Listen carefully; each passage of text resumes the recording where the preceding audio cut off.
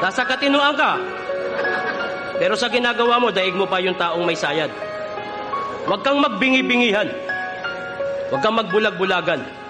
Huwag mong sagarin yung pasensya ko dahil yung pasensya ko meron ding hangganan. Nung umutang ka sa akin, inunawa kita. Pinagbigyan. Di ako humindi. Pero bakit nung sinisingil na kita dahil kailangan ko ng pera, ako pa tong hindi marunong umintindi. Nagtatrabaho ako para sa pamilya. Kahit mabugbog maghapon ang katawan ko.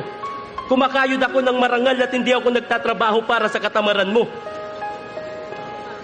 Ginigising mo ko madaling araw, kahit tulog na ako. Dahil sa pakisama ako naman, bumabangon pa. Gusto kong sabihin, pero mas gusto kong maisip mo kung nakakaistorbo ka na ba. Pinautang pa rin kita, bilang kaibigan mo. Binaliwala ko na yung kapal ng iyong muka. Pero bakit nung sinisingil na kita, dahil kailangan ko na talaga, ako pa tong kailangang mahiya?